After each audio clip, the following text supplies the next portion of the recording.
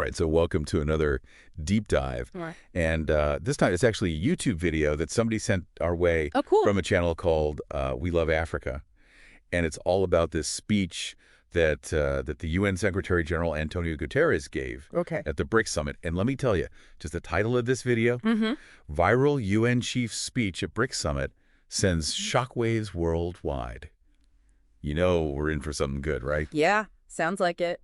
What I think is so interesting about this is that, you got the BRICS nations, right? So Brazil, Russia, India, China, South Africa. Right. This represents almost half the world's population. Wow, yeah. So this is not just some, off-the-cuff remark. Like this is a big deal. This is him saying, here are some major global challenges. And he even, calls out the need to reform the global financial system. Wow, using this platform was really a strategic move, I think. BRICS is becoming more and more important in international relations, so it's interesting that he would acknowledge their rising influence, but then also kind of, Right. try to maybe nudge them a little bit towards his vision of a more equitable world. Yeah. And he really gets right to it. He outlines 4 key areas that need attention, like right away, starting with global finance.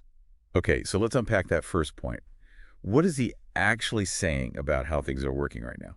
I mean, he basically says that it's failing. Like, it's failing vulnerable countries. Wow. And that it needs some serious reform. Huh? He's saying that you got these developing nations that are stuck in these cycles of debt. Right. And they lack the resources to actually invest in things that are going to help them, Right. like sustainable development. Okay. He wants to see, some concrete steps. He actually, mentions restructuring loans so that these countries have a little bit more breathing room, Yeah. and that the development banks need to play a bigger role in providing money for things like, climate action and building infrastructure and stuff. So it's not just like giving them money, but it's like No. setting up a system. It's like actually helping them succeed. Yeah. Actually succeed, yeah. And he even proposes this thing. He calls it an SDG stimulus, Okay. which would be like, I don't know if you can imagine, like a 21st century Marshall Plan, Oh, wow. but for developing nations, Okay. focused on renewable energy infrastructure and healthcare and education and all of that. Wow, that's a massive undertaking. I mean, does he get into any specifics about how that would actually work? He says that institutions like the World Bank should be able to lend more, Okay. but that decision-making within those institutions needs to be more fair. Okay. He's critical of the current power dynamics, Yeah. where just a few wealthy nations have a lot of influence. Yeah. He even mentions the Bretton Woods system, Okay. which, that's the agreement after World War II that set up the World Bank and the IMF. Right. He says that these institutions need to be more representative of the countries that they're supposed to be serving. It's like, if you're going to have this global effort for sustainability, Right. everyone needs to have a voice at the table. Exactly. Right. That's exactly his point. And this whole idea of shared responsibility and global cooperation, this is something you see throughout his speech. Okay, so we've got this failing financial system, a call for massive investment, Yep. and then a plea for these institutions to be more inclusive. Yeah. Where does he go from there? So his second big thing Right. is climate change. Of course. No surprise there. Right. He calls it an existential threat and says, we need to do something right now to reduce emissions. Okay. And he specifically calls out the G20 countries Okay. because, they're the ones that are responsible for most of the emissions. Most of them, yeah. And he's saying they need to really step up Yeah. and lead the way.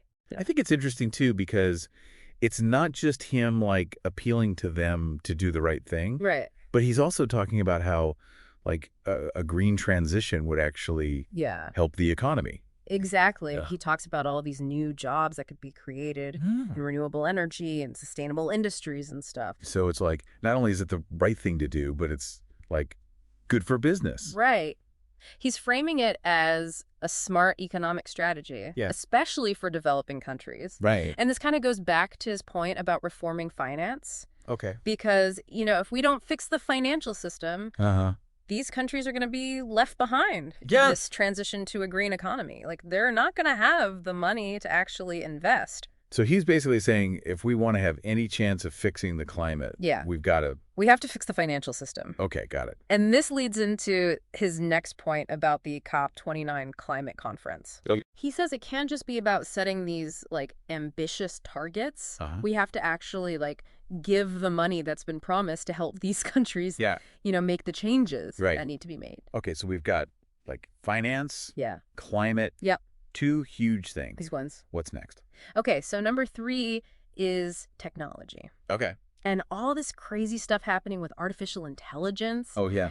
Which, he sees as both a good thing and a potential problem. Oh, okay. He talks about how we need to make sure that everyone can access this technology so we can all benefit from it. This sounds like, the digital divide that we hear about. Oh, right. But it's even bigger than that. Yeah. It's about making sure that we're governing AI responsibly. Okay. So that it doesn't become this thing that divides us or even, causes conflicts. Wow. He specifically mentions the Global Digital Compact.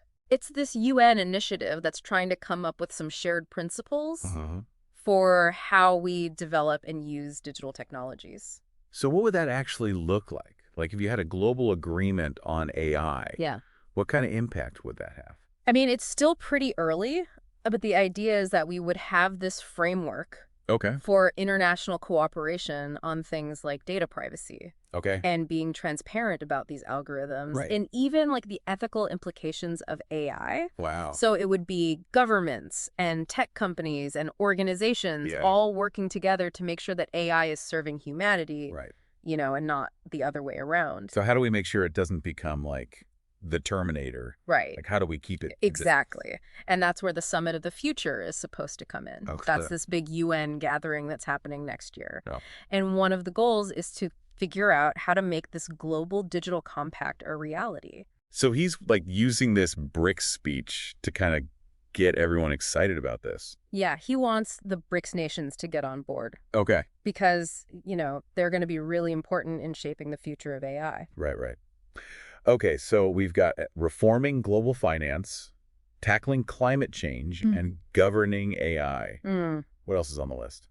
His last big point, maybe the most important one, is peace. Oh, yeah, just ending all wars and conflicts. Small thing, right. Big kick. But, it's definitely the toughest one. Right. But he says it's all connected. Okay. He points out that when you have poverty and inequality and climate change, it just makes it more likely to have conflict. So it's not just about ending the fighting. Right. It's about addressing the reasons why there's fighting in the first place. Exactly. Okay. And this is where he brings up multilateralism. Okay. I'm going to need you to break that down for me. Sure. What does that even mean? So basically it means that countries work together, through these international institutions to tackle these big problems. Right. Because when you've got all these complex issues, you can't just go it alone. Yeah. You need to be able to cooperate on things like climate and trade and security and all that stuff. And so he sees BRICS as a key part of this. Yes. He knows there are, disagreements within the UN. Right. But he wants BRICS to work within those institutions. Okay. To try to make them better and find solutions that work for everyone. So he's realistic about how messy things are. Yeah. But he still has this hope for a more cooperative world. Exactly. That's it's pretty bold. Yeah, it is. Yeah. Considering everything that's going on in the world. Yeah. It really makes you think. Okay, so we've laid out these 4 big challenges. Finance, climate change, AI, and peace. Kind of a lot to process, don't you think? Where do we even start? I know, right? It's where do you even begin with all of this? But I think Guterres is trying to get us to think about solutions instead of just feeling overwhelmed. He's like, look, here's some things we could actually do. Okay, I'm all for taking action. But some of his ideas are pretty big, completely changing how the whole financial system works. Yeah. I mean, how likely is that to actually happen? Well, it definitely won't be easy. You've got these institutions that have been around forever, and some pretty powerful people benefit from the way things are now. Right. But think about it. The Bretton Woods system, the one he mentioned, that was a pretty radical idea back when they came up with it after World War II. Yeah. It was okay, everything's messed up. We need a whole new way of doing things. Right. And you know what? It actually worked for a long time. It helped create some stability and growth in the world. So you're saying that even though it seems impossible, these big changes, they could happen? Exactly. And maybe BRICS, with all their influence, maybe they could be the ones to push for these changes. Guterres is kind of making the case that a more stable and fair world is good for everyone in the long run. So it's not just about doing the right thing. It's also about, like, strategy. Exactly. Like, Yeah. it's in their best interest to fix things. And he's not just focused on BRICS. He keeps mentioning these upcoming summits, the G20 and that climate conference, COP29. Right, right. He wants the G20 to really take charge on reducing emissions and pushing for those financial reforms that would actually help developing countries. And for COP29, he's basically saying, look, it's time to stop talking and start putting your money where your mouth is. So he's using BRICS as kind of a launch pad to push his agenda on all these other fronts. He's using every opportunity he can get, to build support for his vision of a better world. Makes sense. But how do you think the BRICS leaders are reacting to all this? It's hard to say for sure. Some of his ideas, like changing the UN Security Council so that developing countries have more of a say, that's something BRICS countries have been asking for a long time. Right. But then you've got other areas where they don't really see eye to eye, especially when you talk about things like trade and security. Like the war in Ukraine. I mean, that's a pretty good example of how BRICS countries have different views on things. Exactly. You've got Russia saying it's defending itself against NATO, China trying to stay neutral, and others condemning the whole thing. So it's not like BRICS is this united front. They've got their own issues to deal with. Oh, yeah, for sure. And this is where Guterres' whole idea about multilateralism gets really tricky. He's not expecting them to agree on everything, but he's saying, hey, let's at least focus on the stuff where we do agree and try to work together within the system we've got. Right. But getting everyone to agree, isn't that kind of like herding cats? I know, right? But there are things that BRICS countries all care about, like climate change and helping developing countries grow.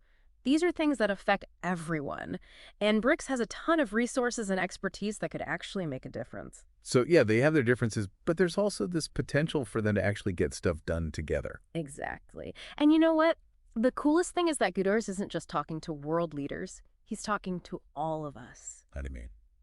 Throughout his speech, it's like he's saying, look, we can't just sit around waiting for governments to fix everything. Right. We all have a part to play in creating a better world. It's like we can't just say, oh, those are really big problems. Someone else will deal with that. We have to actually do something ourselves. Exactly. And it doesn't have to be something huge. It's about making different choices in our own lives. Like what? It could be anything, really. Supporting businesses that are trying to be sustainable, learning more about the issues, maybe even just talking to people about it. It's like making conscious choices, right? Yeah. Like thinking about where our stuff comes from, how we get around, who we vote for. Right. And finding other people who care about these things and working together to actually create change. That's actually pretty cool. It's easy to feel like nothing you do matters when the problems are so big. But if everyone does a little something, maybe it can actually add up to a lot. That's exactly the message Guterres is trying to get across. He's saying, yeah, things are tough, but we're not helpless. We can make a difference. So it's not about waiting for someone else to save us. It's about each of us stepping up. Exactly. And that's a message that goes way beyond just BRICS. It's a message for the whole world. That's a great point.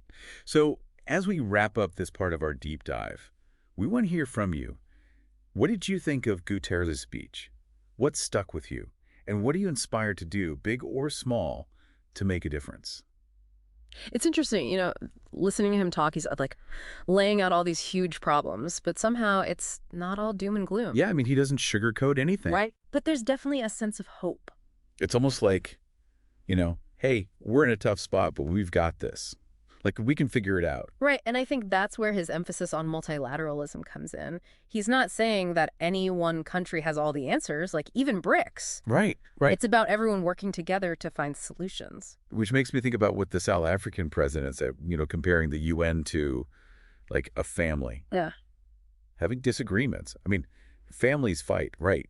But you still got to work it out. It's a great analogy because it highlights how important it is to actually listen to each other even when you don't agree. So it's not about everyone thinking the same way, but like figuring out how to get all those different viewpoints to work together. Right. And that means like shifting from this mindset of me versus you to us working together. Which is hard. I mean, everywhere you look, it's all conflict and division. So how do we even begin to like build this global solidarity? I think it starts by understanding that we're all connected. Like, we all live on the same planet. We all face these same challenges. Right. Climate change, economic instability, the crazy stuff happening with technology. No one is immune to that stuff. So we're all in the same boat, basically. Exactly. And we have a responsibility to look out for each other and for the planet. It's not someone else's problem. And I guess that means finding ways to connect with people who are different from us, Yeah. to understand their perspective. Absolutely. And that's where things like education and cultural exchange are so important. Yeah, to break down stereotypes and actually get to know each other. Right. And supporting organizations that are trying to make the world a better place. Like donating to charities or volunteering. Exactly. Or Right. even just talking to people about these issues. So it all adds up, Mm-hmm. right? All those little things we do can actually make a difference. It's not about waiting for some big hero to come save the day. It's all of us being the heroes. And that's a really powerful idea. Yeah, it is. So I guess the big question is, will all of this actually lead to something? Will BRICS step up and take the lead? Will the rest of the world listen? I think it's too early to say for sure, but I think Guterres is trying to start a conversation. He's planted a seed, Right. and it's up to all of us to decide how we want that seed to grow. I like that. So as we wrap up this deep dive, we've got one last question for you. What's one thing you can do right now to make the world a better place? Even a small thing. Remember, change starts with each of us. So thanks for joining us, and until next time, keep diving deep.